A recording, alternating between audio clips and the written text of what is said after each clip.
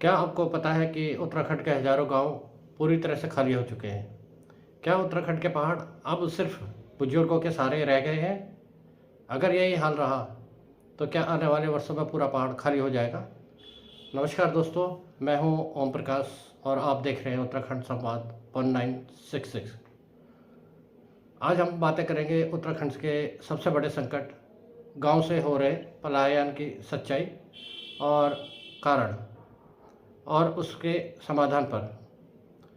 हमारे साथ है जल शक्ति मंत्रालय से रिटायर्ड अधिकारी श्री कुंवर सिंह रावत जी। रावत जी, आपका स्वागत है। थैंक यू जी, नमस्कार जी।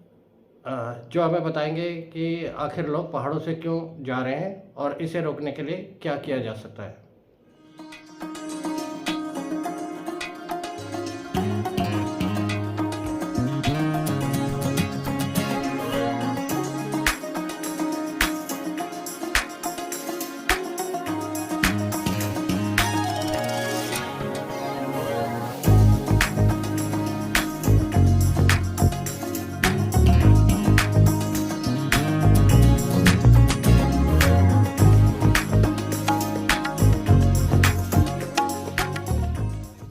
रावत जी, उत्तराखंड में गांव के खाली होने की समस्या कितनी गंभीर हो चुकी है, जरा इस बारे में आप प्रकाश डालेंगे। आप सभी को नमस्कार। उत्तराखंड संवाद 1966 के सुनने वाले 10 पर्वतीय डिस्ट्रिक्ट और हमारे और भी जो भी लोग हैं जो अपने पर्वतीय क्षेत्र से हैं, चाहे वो किसी भी बड़े शहरों में रहते हैं, तो उनको हमारा नमस्कार। और जो आज हम डिस्कस करने वाले हैं, और मैं आपको ये बता दूं, मैं नौला ग्राम पंचायत उत्तराखंड में बैठा हूँ, जो कि भिक्करसैंण तहसील के पास में है। और मैं करीब यहाँ पे 1 महीना करीब हो चुका है, काफी चीजें मैं यहाँ पे देख रहा हूँ। तो आज जो ये वीडियो का हमारा ये बनाने का जो मुद्दा है, जो प्रश्न है, जो विषय है, बहुत ही गंभीर विषय है। आप कुछ भी कर लीजिए, पलायन मीन्स है कि सभ्यता भी वही होती है जहाँ पे मनुष्य होता है। मनुष्य जी। से ही सिविलाइजेशन, चाहे मोहनजोदड़ो है, हड़प्पा है, चाहे कोई भी है, हमारे भी कतूर वंश से लेके पहले के जितने वंश हैं, खस जातियां, जो भी जिसमें भी जो 5th शेड्यूल की बातें हो रही है, कई चीजें, वो सारी सभ्यताएं जनरली नदी के किनारे पे, नदी और घाटी के किनारों में जहाँ उपजाऊ भूमि थी, वहीं पे सभ्यताएं विकसित हुई हैं। और तो उनमें जी। मनुष्य का रहना बहुत जरूरी है। मनुष्य सब कुछ बनता है। यदि आज पहाड़ों में मनुष्य नहीं है तो उसके क्या कारण है? उसी को पलायन किया बोला गया है। अब पलायन यानी माइग्रेट हो गया आदमी, कहाँ से? चलो कोई आदमी यहाँ से दिल्ली गया, दिल्ली से माइग्रेट हो गया यूएस चले गया, वो अलग चीज है। लेकिन यहाँ से जो पलायन हो रहा है, पलायन का मीनिंग है अब ये बिल्कुल खाली हो जाना। हमारे 10 डिस्ट्रिक्टों के लिए जो उत्तराखंड बनाया गया था, मतलब पर्वतीय क्षेत्र के लिए, बाद में ये डिस्ट्रिक्ट डाले गए थे। हरिद्वार को बाद में डाला गया था, वो भी कुंभ क्षेत्र मांग रहे थे, वो डाल दिया। और उधम सिंह नगर तो ठीक है, उसको कुमाऊं मंडल का पहले से भी था। और देहरादून को इस भी मिलाया गया, तो चलो ठीक है। आज 3 डिस्ट्रिक्टों तक ही शायद उत्तराखंड सीमित रह गया है। चाहे वो हमारे अधिकारी हैं, चाहे वो हमारे मिनिस्टर हैं, चाहे वो कोई भी है, इवन हमारे जो विधायक हैं जो पर्वतीय क्षेत्र से हैं, वो भी आज ये नहीं लिख के बताते कि हमें मतलब ये कि हमारे जो अपने जो क्षेत्र हैं उनका विकास कैसे करना है। उनको भी वहां ठंड लग जाती है, वो सीधा भागे भागे देहरादून को जाते हैं। और गैरसैंण जो राजधानी बना रखी है उसमें भी कोई नहीं आना चाहता। मैंने मतलब करीब 2-3 महीने में एक चक्कर लगाता हूँ, कोशिश करता हूँ मैं यहाँ से जाने की। वहां मुझे मुश्किल से कुछ लेबरर मिलते हैं, कुछ 2-4 लोग मिलते हैं। अब बात ये आते हैं कि पलायन यानी गांव के गांव। अभी गांव देखेंगे कि गांव के गांव खाली हो गए। 1700 का फिगर तो ये बताया कि जिसमें कि 0 आदमी है, यानी कोई भी नहीं है, यानी उनमें एनिमल तो छोड़ करके कुछ भी नहीं है, सिर्फ आपको शेर, बाघ और यही मिलेंगे। तो वो गांव बिल्कुल खाली। और बड़ी गंभीर बातें जो किस कारण से हैं, जो खास तौर पे ये डिस्ट्रिक्ट जो है सीमांत डिस्ट्रिक्ट है, जो पिथौरागढ़ का डिस्ट्रिक्ट है और जो उत्तरकाशी का है, चमोली डिस्ट्रिक्ट है, और क्या नाम है, अब तो ये चीजें हमारे अल्मोड़ा डिस्ट्रिक्ट में भी काफी हुआ है और पौड़ी डिस्ट्रिक्ट में भी काफी तेजी से बढ़ा है। और बागेश्वर का डिस्ट्रिक्ट वो भी पीछे नहीं रहा है। और जो ऊपर के जो क्षेत्र में जहाँ पे जरा चार धाम की यात्रा होती है, वहाँ भी वो लोग सीजनल हैं। वो मैंने एक से बात किया था, मैंने कहा आप ये 6 महीने जब यहाँ चलता है, कहता जी हम फिर या तो दिल्ली को चले जाते हैं या फिर हम कहीं बागेश्वर में खड़िया माइनिंग होता है वहां पे चले जाते हैं, या फिर ये प्लेन एरिया में इधर ही चले जाते हैं जॉब करने के लिए। तो ये एक जी बड़ी गंभीर समस्या उत्तराखंड की हो रही है। उत्तराखंड में मनुष्य उन क्षेत्रों में नहीं रहेगा तो वो बिल्कुल, और जो हमारा विषय, जो हमारा मतलब मेन फोकस था कि हमें उत्तराखंड राज्य ये पहाड़ी राज्य है, ना कि वो 3 डिस्ट्रिक्टों का प्लेन राज्य है। वो एक पहाड़ी राज्य है। जो भी उनको इंसेंटिव मिलता है, जो भी उनको सब्सिडी मिलती है, नारायण दत्त तिवारी जी ने जो सब्सिडी दिलाई थी वो 2012 तक चली है। 2011-12 तक वो उद्योग को सेटअप करने के लिए सिडकुल में। तो इसीलिए ये कि स्पेशल पहाड़ी राज्य है, इनमें कुछ क्षेत्र इस तरह से होना चाहिए। लेकिन वो क्या हो रहा है कि उनमें सारे 40 से 45% लोग तो बस गए हैं। कुछ हमारे पहाड़ के भी बसे हैं प्लेन में आने के लिए, और कुछ हमारे मतलब कुछ कहते हैं कि बंगाल से, झारखंड, पता नहीं कहाँ-कहाँ से लोग आकर के काफी लोग बस गए हैं। तो ये पलायन का जो दर्द है ये बहुत खतरनाक है। और हमें जो पहाड़ी राज्य मिला था, आज हमें 24-25 साल हो गए हैं, 25वें साल में रजत जयंती मना रहे हैं। अब पता नहीं रजत जयंती किस बात की मनाई जा रही है कि हमारे यहाँ वो डिस्ट्रिक्ट सारे खाली हो चुके हैं, इस चीज की रजत जयंती मनाई जा रही है, तो बहुत अच्छी बात है। और बाकी हमारा पहाड़ी राज्य का जो सपना था वो बिल्कुल एक किस्म से मतलब वो चकनाचूर हो गया, ये शब्द बोल सकते हैं या कुछ बोल सकते हैं आगे। और वहां पे जो गांव में रह गए हैं कुछ लोग, बुजुर्ग लोग रह गए हैं, कुछ बच्चे रह गए हैं, कुछ महिलाएं रह गई हैं। और अब वो महिलाएं भी ऐसी हैं कि वो कुछ उतना बूढ़ी महिलाएं हो चुकी हैं, बुजुर्ग बुजुर्ग ही हैं, और बच्चे बच्चे हैं। तो वहां पे बाघ उनका भी आतंक हो गया, इसलिए भी पलायन शायद हो रहा है, या कई चीजें। दोस्तों, ये बहुत ही गंभीर समस्या है। उत्तराखंड के 1700 से अधिक गांव पूरी तरह खाली हो चुके हैं और हर साल यह संख्या बढ़ती जा रही है। कुछ जिलों में यह समस्या ज़्यादा गंभीर है, जैसे पिथौरागढ़, चमोली, अल्मोड़ा और उत्तरकाशी में पलायन बहुत तेज़ी से हो रहा है। इन जिलों के कई गांवों में अब सिर्फ बुजुर्ग और महिलाएं रह गई हैं, जबकि युवा रोजगार के लिए दिल्ली, देहरादून, हल्द्वानी और विदेशों में चले गए। आखिर लोग गांव छोड़ने को मजबूर क्यों हो रहे हैं? देखिए ये भी प्रश्न इससे रिलेटेड है, पहले जो हमने आपको बताया। देखिए एक मैंने अपने पुराने गांव का घरों का वीडियो बनाया था, शायद वो 100-150 साल पुराने घर होंगे, गोरखा टाइम के होंगे या ब्रिटिशर से पहले के टाइम के। तो उसमें से जब बताया कि ये घर पूरे खाली हो चुके हैं, कोई नहीं है इस तरह से, और वहां जल जीवन मिशन का एक बोर्ड लगा हुआ था कि इतने अमाउंट खर्च हुआ है, इतना जल, और पूरा नल बिछा दिए गए हैं, पानी आ रहा है करके। लेकिन वहां तो मुझे लग रहा पब्लिक है ही नहीं। जहाँ 45 घर होते थे वहां पे 8 घर रह गए। अब उसमें वो क्या उन्होंने पानी दे रहे हैं, क्या दे रहे हैं, चलो 8 आदमी 8 घरों को तो दे रहे हैं, छोड़ क्यों रहे हैं? अब कोई भी चीज है रोजगार से जुड़ी हुई है, रोजगार का मतलब है रोजगार तो यहाँ नहीं है, क्रिएशन नहीं हो पा रहा है।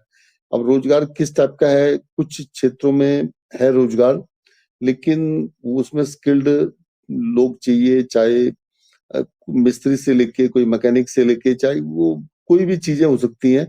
तो वो उन चीजों के लिए स्किल्ड लोग चाहिए। वो स्किल्ड लोग शायद हमारी शिक्षा की कमी के कारण से, स्कूल कॉलेज मतलब स्कूल की शिक्षा ठीक नहीं होने के कारण से, जो खास तौर पे प्राइमरी एजुकेशन तो बहुत खराब हो चुका है। तो वो बच्चे आगे ओनली साक्षरता अभियान टाइप का हो गया है, तो वो कहीं भी कुछ कर नहीं पा रहे, वो सीख नहीं पा रहे हैं वो चीजें।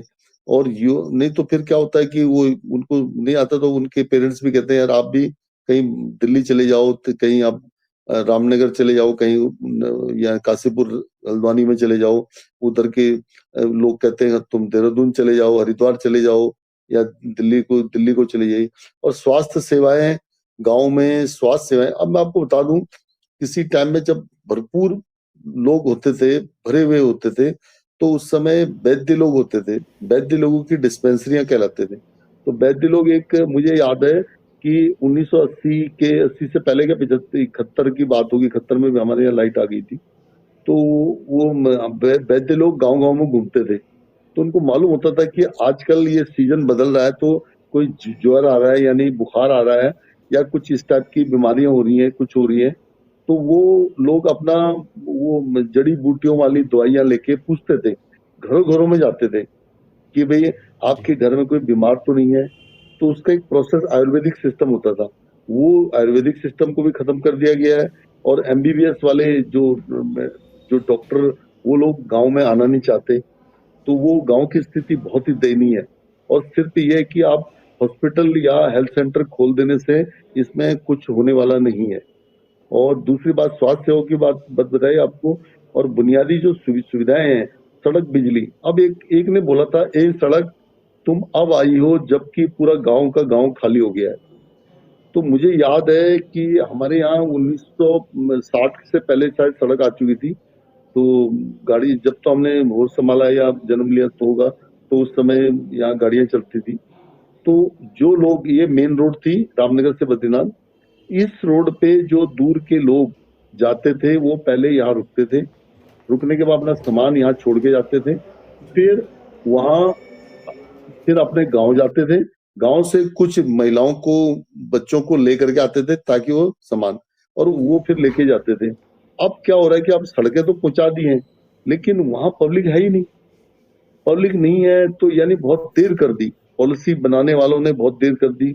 और अब दूसरी बात है कि लोगों को आधुनिक सुविधाएं, हाँ ये जरूर है कि टावर आपने लगा दिए हैं, टावर लगा दिए हैं, ये सुविधाएं अच्छी दे दी हैं, तो इसका जो परिणाम निकल के आया था, शायद टावर उसके बाद लगे हैं जब ये कोरोना पीरियड चला था। कोरोना में जी बहुत सारे लोग अपनी जान बचाने के लिए, उस वायरस से बचने के लिए गांव की ओर आ गए थे। तो ये चला था कि यार कुछ मल्टीनेशनल कंपनी वाले थे, कुछ मतलब हमारे लोग अच्छे अच्छे जगहों पे काम करते हैं, उन्होंने कहा पहले भाई अपनी जान बचाई, चलो। तो गांव में आए तो यहाँ पे देखा, तो यहाँ पे उस समय नेटवर्क की प्रॉब्लम थी। बाद में गवर्नमेंट को लिखा गया कि भाई ये रुकेंगे कैसे, तो गवर्नमेंट ने जल्दी में ये काम तो अच्छा किया कि उन्होंने जियो के टावर, एयरटेल के टावर, वोडाफोन के टावर, बीएसएनएल के टावर, ये इनके टावर लगने बहुत तेजी से हुए। और आज ये हर जगह, हम भी ये जो बात कर रहे हैं, मैं ग्राम पंचायत नौला में बैठा हूँ, यहाँ दो दो टावर ऊपर लगे, बहुत कनेक्टिविटी बहुत अच्छी है। मुझे लग रहा है, मैं जहाँ पे एनसीआर में रहता हूँ, राजनगर में, वहां पे हमारा जियो का टावर इतना बढ़िया नहीं चलता जितना कि यहाँ पे। क्या हो सकता है, वहाँ कंजेक्शन होता है, लेकिन यहाँ बहुत सुविधाएं इस मामले में हो चुकी हैं। लेकिन बात वही है कि सड़क आप अब आई है जबकि लोग नहीं है।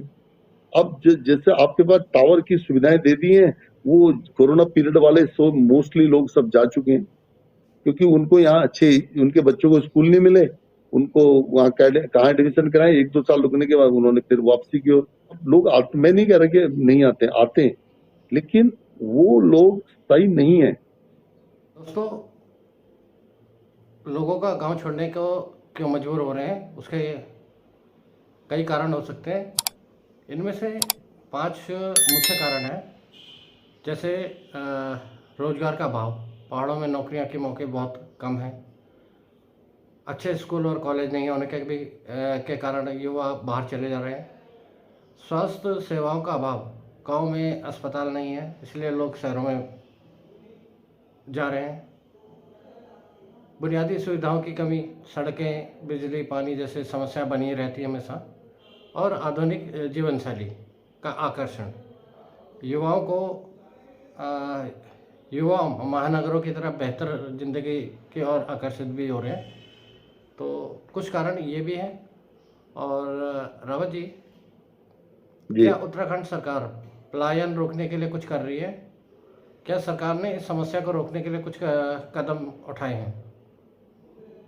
देखिए, उत्तराखंड सरकार ने कोशिश बहुत की है, एड़ी चोटी का जोर भी लगाया होगा। एड़ी चोटी का जोर कहाँ लगाया है? देहरादून में। देहरादून में एड़ी चोटी का जोर लगाया है, लेकिन जिसके लिए जोर लगाया गया है वो हल नहीं निकला। उसका कारण क्या, मैं आपको बता दूं। जी। हम्म। श्री एस नेगी जी, शायद उनका नाम एस ही है, एस नेगी जी हिमाचल कैडर के, उत्तराखंड मूल के, retired officer, Indian forest service के। उनको पलायन आयोग का अध्यक्ष बनाया गया था। त्रिवेंद्र सिंह रावत जी ने उनकी अपॉइंटमेंट की थी अपने अपने टाइम में। तो ये की गंभीर बात है। उनकी मीटिंगें होती थी, ये होता था। और उनका मैंने इंटरव्यू देखा, उन्होंने जहां मैं बैठा हूं इस एरिया को बहुत अच्छा माना था, कि उन्होंने कहा ये रामनगर से लेके बिल्कुल गैरसैंण तक का और कर्मचार तक का एरिया बहुत बढ़िया है। और ये भी रिकमेंड किया था कि ये राजधानी क्षेत्र को अच्छा डेवलप किया जा सकता है। और लेकिन बिल्कुल। बाद में उन्होंने गंभीरता, देखो वो उत्तराखंड से पढ़े थे, प्राइमरी से उत्तराखंड पढ़े थे। जब वो इंडियन फॉरेस्ट सर्विस में आए होंगे तो इसका मीनिंग है कि उनको कहीं बाहर ही जाना पड़ा होगा। तो बाहर जाकर के तभी वो आईएफएस बने, नहीं तो आईएफएस बनना इतना आसान भी नहीं होता ऑल इंडिया सर्विस में। तो उन्होंने इधर का सारा पूरा भ्रमण किया था, पिथौरागढ़ का भी भ्रमण किया था, हमारे इस एरिया का भ्रमण किया था, बहुत जगह का। ये लिख के उन्होंने दिया अपनी रिपोर्ट में। और ये सारी चीजें, और कुछ गाने वाने भी चले थे उसमें खूब। और त्रिवेंद्र सिंह रावत जी ने उनकी रिपोर्ट को एक्सेप्ट भी किया था, लेकिन वो बाद में उनकी गवर्नमेंट चली गई तो ये नहीं हो पाया। अब उनको लास्ट में क्या करना पड़ा था, उस पलायन आयोग को लास्ट के कुछ सालों में, क्योंकि वो वहां ऑफिसरों को बुलाते थे, उनका ऑफिस था पौड़ी में। पौड़ी जो है, जैसे हमारे यहाँ नैनीताल में कुमाऊं कमिश्नर बैठते हैं, वहां गढ़वाल कमिश्नर को पौड़ी में बैठना होता है। लेकिन वो पौड़ी में शायद गढ़वाल कमिश्नर कभी नहीं बैठते, ये बहुत बड़ा क्वेश्चन उठा था। तो वो देहरादून में बैठे रहते हैं। तो आज भी वो शायद देहरादून में बैठे हैं। हमारे कमिश्नर तो कुमाऊं डिवीजन के फिर भी नैनीताल में बैठते हैं, दीपक रावत। लेकिन आज इधर उनके गढ़वाल कमिश्नर वहीं बैठते हैं। तो लास्ट में उनको क्या करना पड़ा कि जो भी मीटिंग्स होती थी, जो ऑफिसरों को बुलाते थे, वो आईएएस वाले कभी नहीं आते थे, वो छोटे ऑफिसर भी कोई नहीं आते थे। इन्होंने क्या किया, सारा जो पौड़ी में ऑफिस भी थे वो सारे देहरादून शिफ्ट कर दिए। तो लास्ट में अल्टीमेटली वो नेगी जी ने एक इंटरव्यू में बताया था कि मैं भी, अब वो गवर्नमेंट के अगेंस्ट तो बोल नहीं सकते थे, तो उन्होंने ये व्यक्त बिल्कुल। किया था कि मैं मायूस होकर के मैं भी अपने ऑफिस को यानी पौड़ी से पलायन होकर के देहरादून ले गया, ताकि जी। जो लास्ट में एक मीटिंग हुई, मीटिंग होने के बाद हमने रिपोर्ट भेज दी। रिपोर्ट मुख्यमंत्री जी को दे दी गई, और मुख्यमंत्री जी भी बाद से 4 साल के बाद शायद उनका त्रिवेंद्र सिंह रावत जी का वो सरकार चली गई थी। उसके बाद दूसरी सरकार धामी जी की बनी। बीच में वो क्या नाम है, दूसरे तीरथ सिंह जी भी आए थे, उनको टाइम नहीं मिला 2-2.5 महीने के अलावा। तो इस पे ना कोई ठोस बातें तो नहीं हो पाई हैं। अब जो रोकने की बात कह रहे हो, देखिए सुझाव तो उन्होंने भी बहुत दिए थे। उन्होंने होम स्टे खोलने का किया था, उसी पे सतपाल महाराज जी जो टूरिज्म मिनिस्टर हैं, इन्होंने सतपाल महाराज जी टूरिज्म मिनिस्टर होने के कारण से उन्होंने होम स्टे की कोई स्कीम चलाई है, वो चल भी रही है। लेकिन उसके परिणाम और दुष्परिणाम क्या हुए क्या नहीं हुए, मुझे लग रहा है कि 75% तो कुछ सफलता मिली है, बता रहे हैं उसको। क्योंकि होम स्टे आज भी सभी लोग चाहते हैं कि होम स्टे खोला जाए करके, चाहे यात्रा सीजन है। उत्तराखंड की ब्रांडिंग है, ब्रांड ये है, ये ब्रांड वो वाला ब्रांड मत सोचिएगा कि भाई वो ब्रांड भी चाहिए करके, ये ब्रांडिंग अलग है। मोदी जी ने, प्राइम मिनिस्टर मोदी जी ने एक ब्रांडिंग किया है, आप ऑक्सीजन प्रदेश है, आप ऑक्सीजन लेने के लिए आइए, आप विटामिन डी लेने के लिए आइए, ये कई चीजें बताई गई हैं। तो होम स्टे का इससे कुछ फायदा मिला है।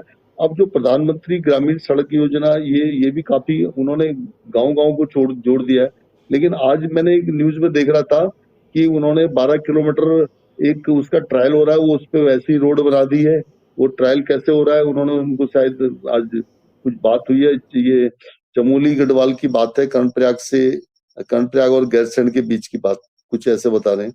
वहां पे कनेक्टिविटी वाले प्रधानमंत्री सड़क योजना में बनी है, वो ऐसी पास कर दी गई है। अब उसको देखने वाले कोई भी नहीं है, मतलब वो देहरादून से कोई आना चाहते नहीं है। और जो स्टार्टअप जो स्कीमें हैं, स्टार्टअप स्कीमें भी यहाँ पे चल रही हैं, कुछ मतलब कुछ करने के लिए। स्टार्टअप मीन्स है कोई अपना मशरूम की खेती कर रहे हैं, कुछ और कर रहे हैं, और कुछ प्लांटेशन का काम कर रहे हैं, कुछ अलग अलग स्टार्टअप हो सकते हैं। अब एक आया था कि उन्होंने उत्तरकाशी ऊपर के साइड में जो उनकी मछलियां हैं, जो कि बहुत कम टेम्परेचर पे उसका उत्पादन होता है, वो मछलियां 7,000 किलो या 12,000 किलो, पता नहीं कितनी रुपए किलो है, वो सीधा एक्सपोर्ट होती है, वो बाहर जाती है। उसमें मतलब उससे काफी चीजें वैसे भी बनाई जाती हैं, बोल रहे हैं कि। तो ये सारी चीजें, ये योजनाएं अब योजनाएं बना दी जाती हैं। अब मैंने टूरिज्म मिनिस्टर को ये बोला गया था, मैं क्रिटिसाइज नहीं करूंगा कि उन्होंने देखो नैनीताल वगैरह सब पुराने हैं, अंग्रेजों के टाइम के। लेंसडाउन और जो भी जगह हैं, ये चाहे कौसानी है चाहे वो है, ये सब ब्रिटिश टाइम के बने हुए हैं। कुछ महात्मा गांधी जी ने विजिट किए थे। अब हमने बोला भाई आपने ना तो ये डाला है मानिला देवी मंदिर इतना सुंदर है, वो उसका नाम नहीं डाला। मतलब हमारे इस क्षेत्र के तो कोई भी नहीं डाल रखे थे, और वैसे ही पौड़ी गढ़वाल के बहुत सारे क्षेत्र के वो नहीं डाल रखे थे। अब वो सिर्फ यह है कि मुझे ऐसा लग रहा है कि शायद जो ऑफिसर्स हैं वो देहरादून में बैठ करके उनको पता ही नहीं है, कोई विजिट तो करते नहीं है। तो गवर्नमेंट कोशिश तो कर रही है, लेकिन सवाल यह है वो देहरादून में बैठ के कोशिश कर रही है। तो वहां पे अब क्या आगे बोल सकते हैं इसके बारे में। गवर्नमेंट की योजनाएं अच्छी है, मैं ये नहीं कह रहा हूँ कि योजनाएं अच्छी नहीं है, लेकिन उनको इम्प्लीमेंट करना है, उनको मॉनिटरिंग करनी है, भाई हो रहा है या नहीं हो रहा। कोई होम स्टे, कहीं आपने होम स्टे खोला था, कहीं वो बाहर तो नहीं बना दिया, ये भी ध्यान रखना है। तो सरकार ने कहीं मतलब पलायन आयोग बनाया है जो गांव में रोजगार और विकास बढ़ाने की कोशिश कर रहा है, लेकिन इसका असर अभी बहुत कम दिख रहा है। सरकार ने कुछ योजनाएं शुरू की है, जैसे होम स्टे योजना, जिसमें पर्यटन को बढ़ावा देने के लिए ये होम स्टे योजना बनाई गई है। प्रधानमंत्री ग्रामीण सड़क योजना गांव को जोड़ने के लिए, स्टार्टअप स्कीम्स पहाड़ों में छोटे उद्योग लगाने के लिए। लेकिन असली बदलाव तभी आएगा जब ये योजनाएं सही से लागू की जाएंगी। तो पलायन रोकने के लिए क्या किया जा सकता है? अगर यही हाल रहा तो कुछ वर्षों में पहाड़ों में कोई नहीं बचेगा। इसे रोकने के लिए हमें क्या करना चाहिए? रावत जी, आप इस बारे में कुछ जी बताएं। मेरा कहना यह है कि जो स्थानीय रोजगार है, अब रोजगार जी करने वाले पहले तो उनको ट्रेनिंग देना पड़ेगा कि ये आप रोजगार कीजिए, हर्बल फार्मिंग है या ऑर्गेनिक है, जिसमें मंडुआ झोंगोरा ये कई चीजें हैं, और पर्यटन की इस ओर बढ़ाया जाए, क्योंकि पर्यटन इनके साथ जुड़ा हुआ है। अब पहाड़ी खान पान, अब मैं आपको एक छोटा सा एग्जांपल देता हूँ। अभी बताया गया है कि त्रिवेंद्र सिंह रावत जो हरिद्वार से सांसद है, पहले सीएम भी रहे, उन्होंने अपने यहाँ दिल्ली में आवास में एक पार्टी दी थी, जिसमें डोभाल साहब भी शामिल हुए थे, और पुराने चीफ सेक्रेटरी उत्तराखंड के जो अभी वहां पे पार्लियामेंट में सचिव हैं, वो भी शामिल हुए थे। और उत्तराखंड मूल के कुछ आईएएस ऑफिसर, रिटायर्ड ऑफिसर, ये काफी शामिल हुए थे। तो काफी लोग आए थे। उन्होंने, मैं ये कहने का मीनिंग है कि उन्होंने पहाड़ी उत्पादों का जो व्यंजन बनाए थे वहां पे, वो सारे टेस्टी थे कि बता रहे हैं, और सारे पहाड़ी थे, खान पान सारा पहाड़ी, झुंगरे का खीर वगैरह ये सारी चीजें बनाई, मंडुवे की रोटी, और जो जो चीजें हो सकती हैं ये उन्होंने उसको वहां पे दिया। मैंने आज एक न्यूज में पढ़ा था, तो ये बात सही है। तो टाइम टाइम पे त्रिवेंद्र सिंह रावत जी का वैसे ये कुछ मैंने देखा जुड़ाव है, वो चाहते हैं कि अभी भी इसमें मामले में कुछ किया जाए। और दूसरी बात है कि जो शिक्षा और स्वास्थ्य को मजबूत करने का, अब शिक्षा तो देखिए प्राइमरी लेवल पे, अब आप ये ने इंग्लिश मीडियम वाली जो कॉन्वेंट के स्कूल पढ़े हैं, वो भी एक अपॉर्चुनिटी हम आपके पास है। मान लीजिए किसी बच्चे का अपॉइंटमेंट हुआ, उसकी शादी वादी होने के बाद बच्चे हुए, तो बच्चे अब वो वहीं तो रहेंगे ना जहाँ पे वो जॉब कर रहे हैं। जब सुविधा होगी तो फिर वहाँ कॉन्वेंट का होना जरूरी है, तो वो कॉन्वेंट में पढ़ाए। अब गवर्नमेंट स्कूल में जो गरीबों के बच्चे पढ़ने हैं, और वहाँ का स्ट्रक्चर क्या रह गया, 5 क्लासें हैं, 2 टीचर हैं, तो कैसे पढ़ाई जाए, उसमें सुधार करने की जरूरत है। तो मैंने कई बार बोला है कि 5 जो टीचर हैं, 5 टीचर अब यहीं से यानी ग्राम पंचायत से अपॉइंट किए जाए, जो कि वहाँ की बेटियां हों, जो अच्छी अच्छी पढ़ी लिखी हैं, जो भी आना चाहे वहाँ पे 5 टीचर वहाँ पे वो रखे, और 5 क्लासें, धीरे धीरे बच्चे भी बढ़ेंगे। तो गांव के जो और स्कूल कॉलेज, और जो मेरा मतलब है कि ऐसा टाइम देखिए आप, हमने बताया पराग खुरपिया के बारे में है, आज भी आप यदि डिस्कस करेंगे तो शायद 1% लोगों को भी शायद मालूम नहीं है। अब पराग खुरपिया इतनी बड़ी योजना है, वो यहाँ से जैसे मान लीजिए आदमी जो उसको आईआईटी वाले फिटर से लेके, उसमें बहुत सारी सेमी कंडक्टर फैक्ट्री से लेके क्या क्या चीजें नहीं लगनी वहां पे, बहुत सारी चीजें।